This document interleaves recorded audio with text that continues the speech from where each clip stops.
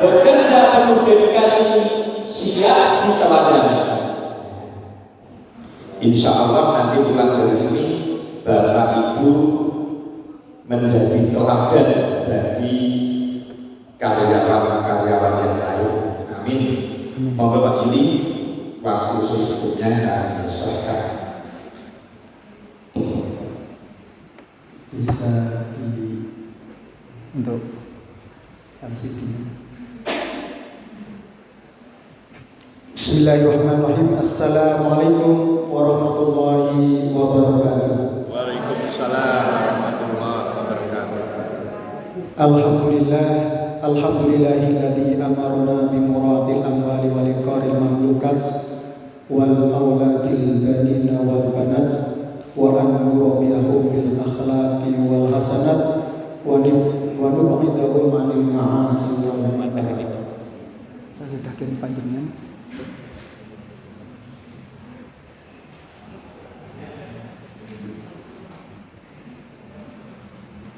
Saya sudah kirim Pak Bambang. Ya, alhamdulillah, puji syukur kita panjatkan kepada Allah Subhanahu wa taala. Detik ini kita masih bernafas. Ada yang tidak bernafas nih? Alhamdulillah. Ini bukti bahwa Allah adalah cinta kepada kita. Allah memberikan rahman kepada kita, semua makhluknya dan semua hambanya untuk bisa melanjutkan kehidupan. Kita mendapatkan nikmat meskipun di sepertiga atau seperempat ini ya, seperti malam ini, sepertiga pertama ya, sepertiga pertama dari malam kita bisa mengawali dan mengakhiri ya, nanti mau mengakhiri sesi yang kelima ini. Semoga kita akan berbicara atau mau jalan-jalan biar gak ngantuk. Tadi sudah duduk dari Kartosowo sampai di Karangwadan ini.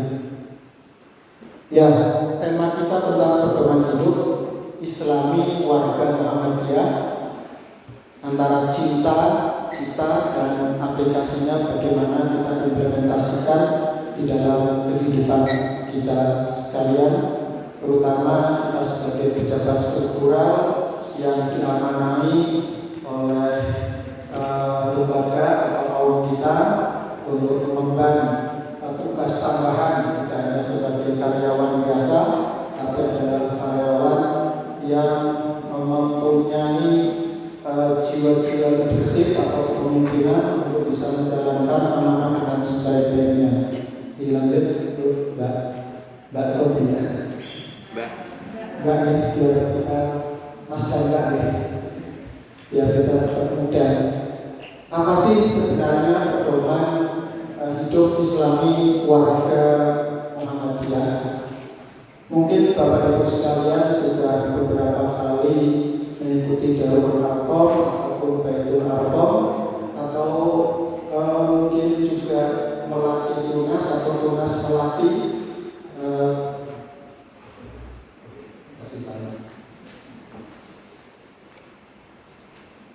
ya, sudah pernah mendapatkan materi, tapi ini bisa untuk merefresh, untuk memberikan perspektif baru, mungkin punya pengalaman baru setelah berkecimpung di AUM, kemudian atau menjadi pimpinan di Raden, di cabang ataupun di daerah, wilayah ataupun bahkan di pusat. Ini semuanya adalah untuk mengingatkan kepada kita sehingga pedoman ini menjiwai sampai kepada bagaimana kita mengimplementasikan dalam kehidupan kita sehari-hari.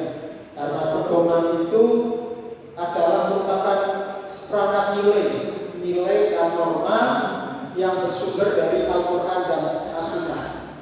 Jadi ini disusun merujuk kepada bagaimana Al-Quran dan As-Sunnah ini dipimpin digital ataupun dijahit menjadi suatu rumusan yang bisa mengawal ataupun bisa menjadi tingkah laku warga Muhammadiyah dalam menjalani kehidupan sehari-hari. Nah, ini tercermin di dalam kepribadian Islami, terwujud di dalam masyarakat utama yang diridhoi oleh Allah.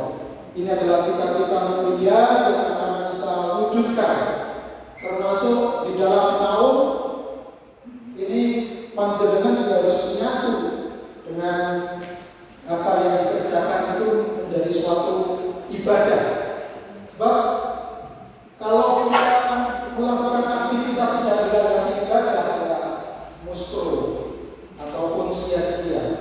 Mungkin panjenengan ke sini kalau hanya sekedar karena saya sebagai pejabat struktural datang ke sini tidak punya nilai ibadah, mungkin yang ada adalah capek dan capek. Maka tapi berbeda kalau kita melangkah itu diniatkan untuk beribadah, maka kita akan enjoy. Meskipun mungkin akan ada suatu nilai yang ingin akan kita dapatkan. Disitulah nilai pahala yang kita terhingga, yang besar, yang memberikan kekuatan kepada kita, memberikan spirit kepada kita untuk terus berkembang. Nah, ini adalah menjadi bagaimana kita mewujudkannya di dalam meraih ridho Allah Subhanahu wa Ta'ala. Sehingga dalam pedoman hidup Islami warga Muhammadiyah ini pedoman di dalam menjalani kehidupan, terutama ada beberapa aspek dalam lingkup pribadi, keluarga, nanti bagaimana di dalam keluarga yang kita bangun, keluarga yang kita wujudkan, kemudian di dalam masyarakat, berorganisasi. Nah, di sini poin mengelola amal usaha. Panjenengan ini adalah leader, pemimpin-pemimpin yang diberi amanah tugas tambahan oleh perserikatan untuk mengelola, untuk menjalankan amal usaha agar ngerembaka, agar berkembang, agar mempunyai virus keunggulan. Nilai-nilai keunggulan itu harus tertancap di dalam hati kita dan dalam pikiran kita, sehingga akan terus menggali suatu ide-ide baru yang bisa mengembangkan amal usaha. Kalau di materi selanjutnya nanti di akhir kan ada juga ya bagaimana mendiskusikan atau bagaimana mengembangkan nanti amal usaha bisa berkembang dan bersinergi dengan berbagai stakeholder yang ada di Muhammadiyah. Nanti mengelola, memanage dan mengembangkan sehingga mempunyai keunggulan. Seperti ini ya, bahwa pimpinan daerah Muhammadiyah bercita-cita ataupun bervisi mewujudkan Muhammadiyah unggul dan berkemajuan. Maka di sini kita ada 3 top atau 3 unggulan goal yang akan kita capai di dalam kita berMuhammadiyah atau bersyarikat. Goal kita adalah 3J. 3J. J yang pertama adalah jamaah. Jamaah ini adalah semua warga perserikatan, baik secara struktural seperti panjenengan maupun yang ada di masyarakat yang itu terikat, istilahnya mempunyai KTK atau KTK Muhammadiyah. Ini jamaah inti. Tapi jamaah yang lain juga adalah customer dari kaum yang kita miliki, rumah sakit. Ini adalah jamaah kita, potensi kita. Jadi Muhammadiyah mendirikan rumah sakit itu dalam rangka untuk melayani jamaah. Daripada dia berobat ke lembaga-lembaga yang jelas secara pengelolaannya dan manajemennya, maka kita memberikan layanan untuk bisa membidik masyarakat supaya tersentuh dakwah Islam yang berkemajuan. Jadi panjenengan ini adalah focal point, orang-orang yang diberi kepercayaan oleh Muhammadiyah Perserikatan melalui profesi secara profesional mememban tugas dalam profesinya untuk berdakwah dalam bentuk itu. Jadi kerana kita berpikir itu, kerana kita beraktivitas bahwa kita ini adalah dai-dai yang diutus oleh Muhammadiyah untuk menjadi pelaku di situ. Maka nilai-nilai yang ada di dalam pedoman hidup umat Islam di Muhammadiyah ini bisa diimplementasikan. Ketika memberikan layanan, ya good service, pelayanan prima kepada semua customer kita, kepada pasien maupun keluarga. Jangan sampai kita memberikan pelayanan dengan muka yang masam. Padahal tabassum muka sodako, senyummu adalah sodako. Maka ketika senyum, sapa dan salam ya, salam, senyum, sapa dan salam ya. Jadi salam dulu, kemudian senyum dan disapa. Ketika memberikan pelayanan, semua pasien dan keluarga itu adalah manusia semuanya. Mereka adalah perlu dihargai. Jangan mentang-mentang kita punya kuasa bisa mengungkit nanti pasien, kemudian kita semena-mena. Jadilah mereka. Dudukkanlah, dimuliakanlah. Karena itu adalah tamu-tamu terhormat kita. Coba kalau kita tidak punya pasien, bagaimana? Kita tidak bisa membayangkan ketika pandemi kemarin banyak rumah sakit yang pasiennya takut juga ke rumah sakit. Ini bentuk suatu komitmen kita untuk mewujudkan itu. Jadi di sini mengelola atau usaha nanti kita lebih rinci.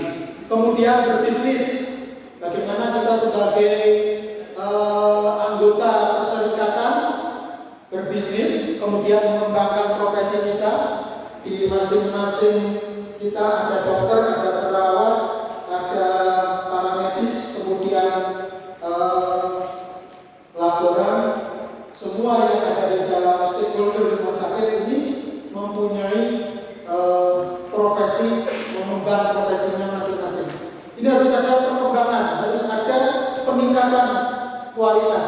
Makanya selain ada tadi gambar ini terkait dengan ideologi Muhammadiyah, juga nanti dikembangkan bagaimana setiap anggota perserikatan yang menjalankan profesinya juga bisa meningkatkan kapasitasnya agar pelayanannya akan lebih baik ke dalam lembaga kita. Kemudian berbangsa dan bernegara, ini dalam konteks yang lebih besar.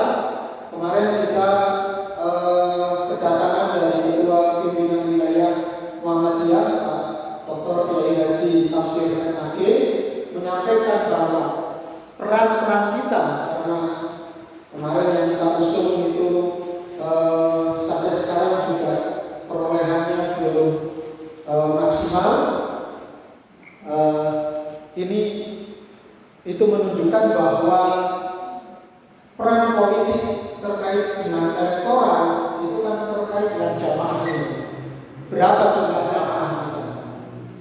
Maka kita melalui AUM itu diharapkan kita bisa menambah jamaah, bisa menambah kekuatan jamaah kita, barisan kita. Ya, jamaah semakin banyak itu lebih baik, tapi kualitas sudah diperhatikan. Saat ini memang kita harus menambah jamaah, kuantitas dan juga kualitas kita perbaiki. Ini berbangsa dan bernegara, karena kita harus menerapkan tidak hanya dalam peran-peran politik kekuasaan. Coba saja kita bayangkan bahwa apabila tidak ada kedekatan kita dengan stakeholder kekuasaan,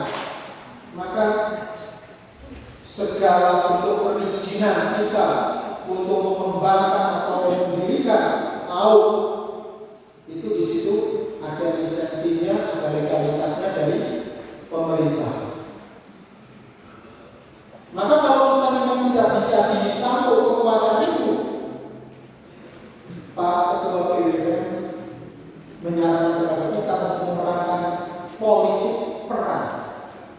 Sehingga panjenengan itu adalah duta-duta di dalam AUD yang menjalankan, yang bisa melakukan bagaimana AUD itu bisa berkembang dan maju.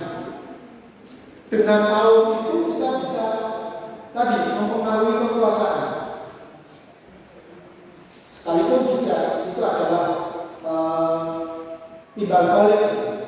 Artinya kita melaksanakan program-program pemerintah untuk melaksanakan pelayanan kesehatan, tapi di sisi lain kita juga butuh pemerintah untuk memberikan legalitasnya kepada kita.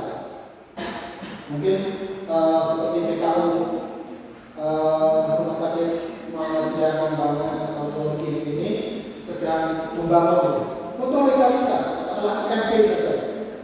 Itu kan stakeholder, itu kekuasaan.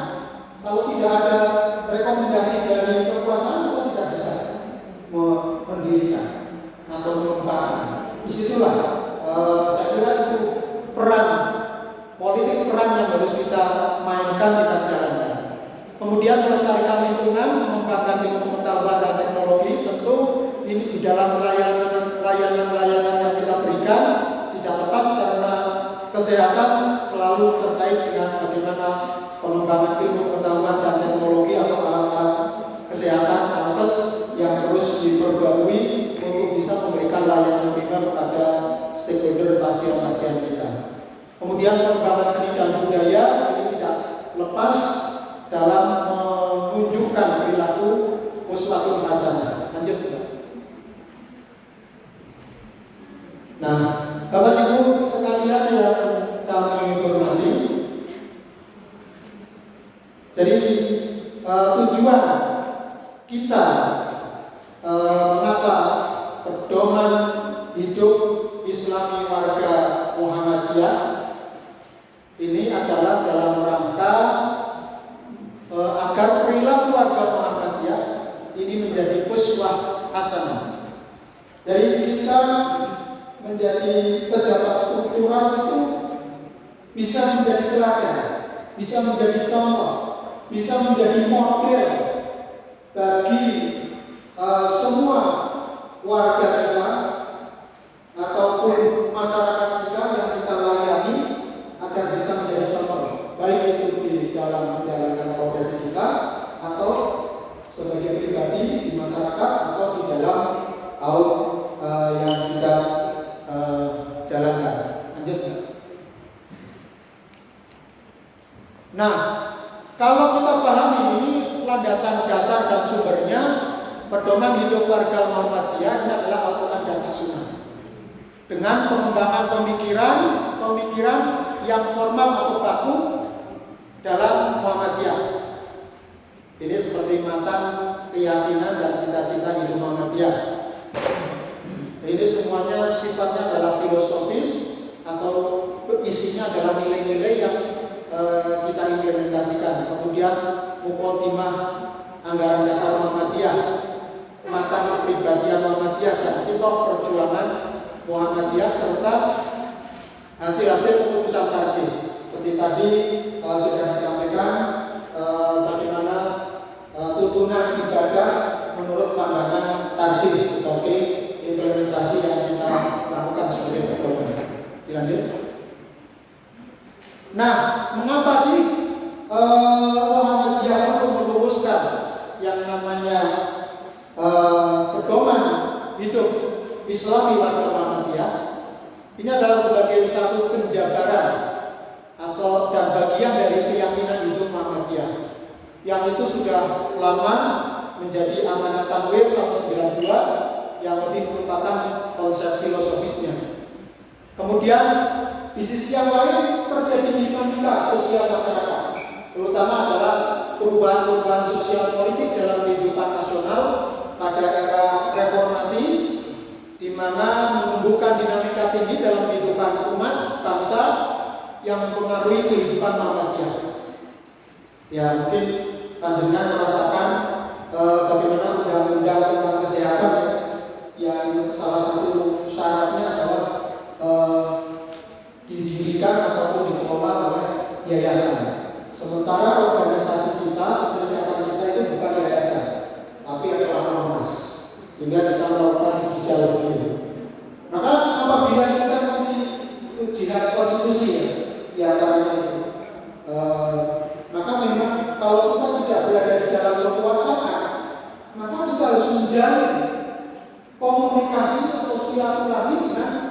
penguasa itu sendiri. Sekalipun di satu sisi mungkin kita tidak sependapat, mungkin kita tidak seideal, mungkin kita tidak seideologi dengan kekuasaan, tapi itu harus kita jalin karena kita tadi memerankan politik peran, sehingga kita nanti bisa berperan dengan kaum yang kita miliki. Jadi yang memerlukan pedoman bagi warga dan pimpinan perserikatan bagaimana menjalani kehidupan di tengah gelombang perubahan. Kemudian yang ketiga, secara pragmatis. Jadi pragmatis kemudian materialistis, di mana berkepentingan pada materi semata dan kondisi sosial yang hedonis, berorientasi pada pemenuhan kesenangan duniawi, sehingga warga perserikatan, warga Muhammadiyah perlu mempunyai pedoman hidup, punya pegangan yang dimana pegangan itu adalah merujuk kepada Al-Quran dan As-Sunnah. Di sisi yang lain, di sektor eksternal dari sisi budaya, ini masuknya budaya-budaya asing yang secara meluas merasuk dan terus merangsek kepada kita. Ini berpengaruh terhadap pola kehidupan kita. Maka kita dengan punya pedoman akan bisa memberikan proteksi, bisa memberikan payung yang bisa melindungi kita dari anasir-anasir negatif yang bisa berpengaruh kepada diri kita dan secara kelembagaan atau institusional. Nah, perubahan nilai, perubahan orientasi nilai, sikap dalam bermuhammadiyah karena berbagai faktor eksternal dan internal yang memerlukan standar nilai dan norma yang jelas dari Muhammadiyah. Nah, ini adalah salah satu atau signifikansi mengapa pentingnya pedoman hidup Islami warga Muhammadiyah. Nah, ada beberapa kriteria atau sifat yang ada di dalam pedoman hidup Islami warga Muhammadiyah. Yang pertama adalah pedoman ini adalah mengandung hal-hal pokok atau prinsip tentang bentuk acuan nilai atau norma yang kita jalani. Kemudian bersifat pengayaan yang memberikan khasanah untuk membentuk keluhuran dan kemuliaan rohani dan tindakan. Jadi kalau di dalamnya tentu terkait dengan selain nilai-nilai akhlakul karimah maupun yang terkait dengan akidah, kemudian muamalah dan terkait dengan syariat juga. Kemudian secara aktual memiliki keterkaitan dengan runtutan dan kepentingan kehidupan sehari-hari. Jadi itu adalah apa yang bisa membenefit kita di dalam kehidupan sehari-hari, baik itu berperilaku secara pribadi kita masing-masing sebagai keluarga, sebagai anggota masyarakat, atau kita sebagai orang yang diamanai di dalam struktur organisasi kaum, sampai pada bagaimana dalam kehidupan sehari-hari kaitannya dengan berbangsa dan bernegara. Kemudian ini adalah memberikan arah tindakan individu maupun kolektif yang bersifat keteladanan. Jadi kita diharapkan adalah memang menjadi uswah di dalam masyarakat. Nah, ketika kita menjadi uswah, menjadi teladan, menjadi idola, maka harus menjaga diri betul. Apa yang boleh, apa yang tidak boleh, itu harus kita camkan karena itu akan dilihat oleh Allah. Tadi Pak Hartono sebelum ada CCTV sudah ada CCTV Allah. Yang di sini ada malaikat muhafadzah yang selalu memantau kita setiap saat, setiap detik. Kalau mungkin di ruang ini misalnya itu ada CCTV.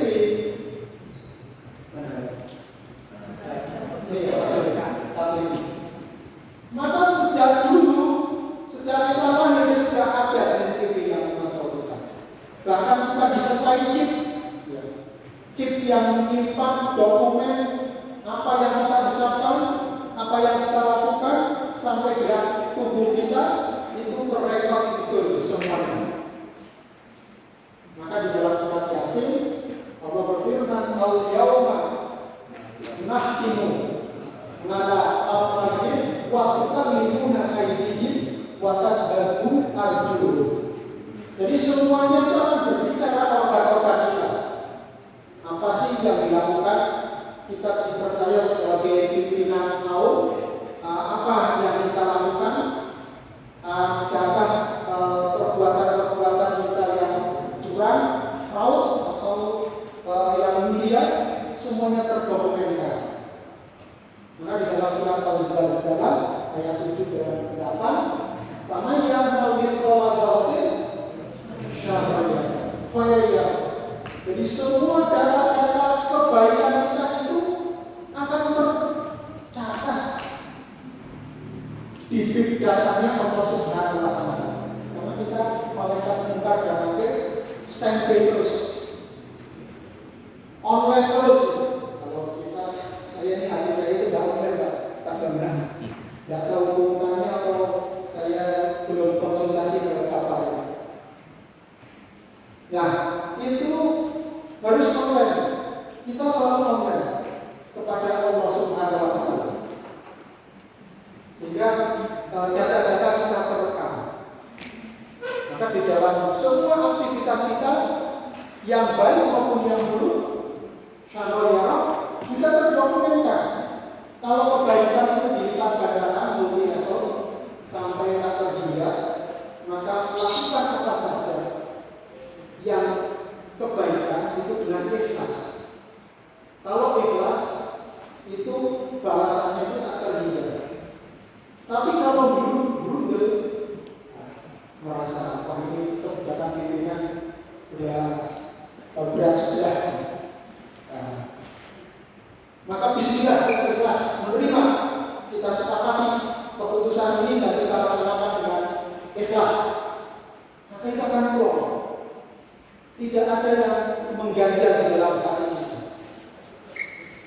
Maka balasannya pelipatannya dilipat gandakan. Apalagi nanti Ramadan ya, kebaikan 1 dibalas 10 bahkan sampai 700 kali lipat, maka tak terhingga. Inilah kerja-kerja ikhlas itu adalah sebenarnya kerja-kerja profesional, yaitu mengerahkan segala potensi kemampuan kita untuk meraih ridho Allah. Kalau orang sudah bekerja perfect, maka tadi balasannya itu tak terhingga. Baik itu dalam bentuk pekerjaan kita atau mungkin rezekinya tadi ini sesuai yang pasti. Apa-apa diberikan kemudahan. Kalaupun diberikan ujian, tetap dapat solusi yang terbaik. Jadi kerja-kerja ikhlas itu luar biasa dampaknya. Maka ketika panjenengan ada di dalam struktur organisasi, curahkan semua potensi ini untuk ibadah, sehingga tidak ada karena ada yang mengawasi atau dalam kontrol pimpinan, itu hanya side effect saja. Tapi yang utama adalah hati kita bahwa komitmen untuk beribadah secara tulus total kepada Allah Subhanahu wa Ta'ala. Nah, maka pedoman hidup Islami warga Muhammadiyah ini adalah memberikan arah kaidah dalam tindakan individu kolektif yang bersifat keteladanan. Nah, secara ideal dapat menjadi panduan dalam kehidupan sehari-hari yang bersifat pokok dan utama. Ini hal-hal yang prinsip, hal-hal yang utama semuanya dari 11 prinsip atau 11 isi dari PHIWM. Kemudian ini mempunyai sifat robbani, di mana mengandung ajaran-ajaran dan pesan-pesan yang bersifat akhlaki yang membuahkan kesolehan. Jadi kalau kita mengamalkan pedoman ini, betul-betul kita akan menjadi muslim yang paripurna, yaitu muttaqin. Semua ibadah yang kita lakukan, ujung pangkalnya adalah la'allakum tattaqun, agar kita menjadi pribadi muttaqin.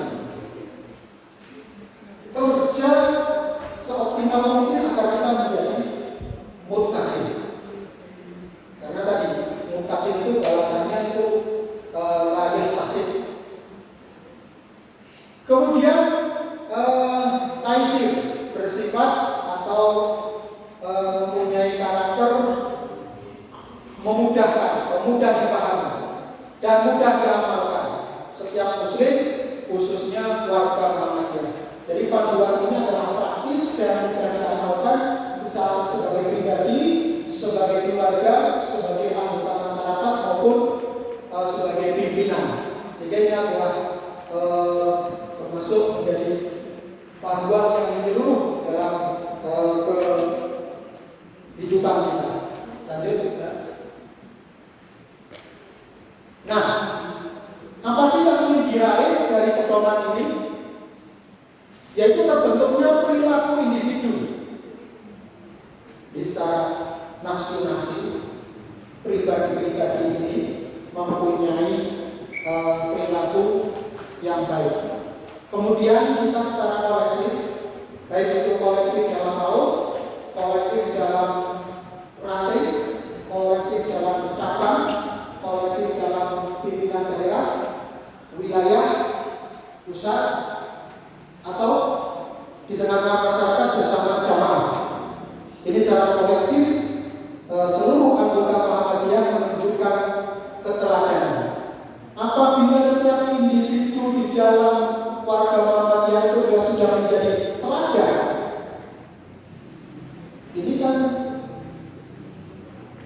efeknya luar biasa.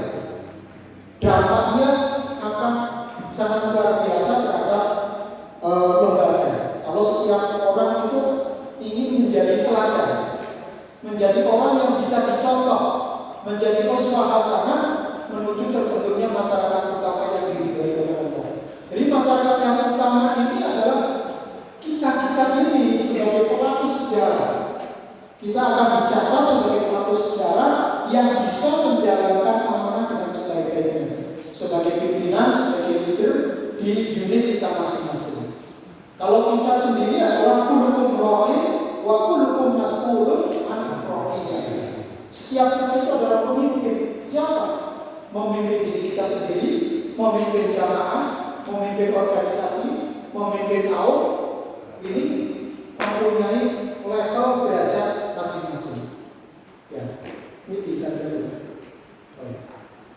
Nah, isinya sekarang kita isinya atau kontennya ada. Tapi ini mau tanya jawab dulu sebelum saya di sini. Masih ngantuk? Masih semangat? Sudah ngantuk ya? Atau perlu SMS bikin? Saja malam-malam pastinya sudah ngantuk ya. Jadi ada 11 ya. 11 1, 2, 3, 4, 5, 6, 7, 8, 9, 10, 11. Ini 11 sampai K. Nah, bagian pertama ini adalah mudah-mudahan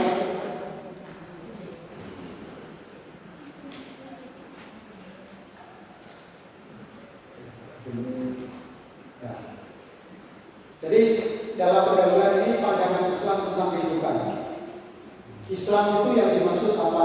Ya tadi yang disampaikan Pak Hakim, tadi yang disampaikan Pak Jinan tentang fikih ibadah menurut tajwid.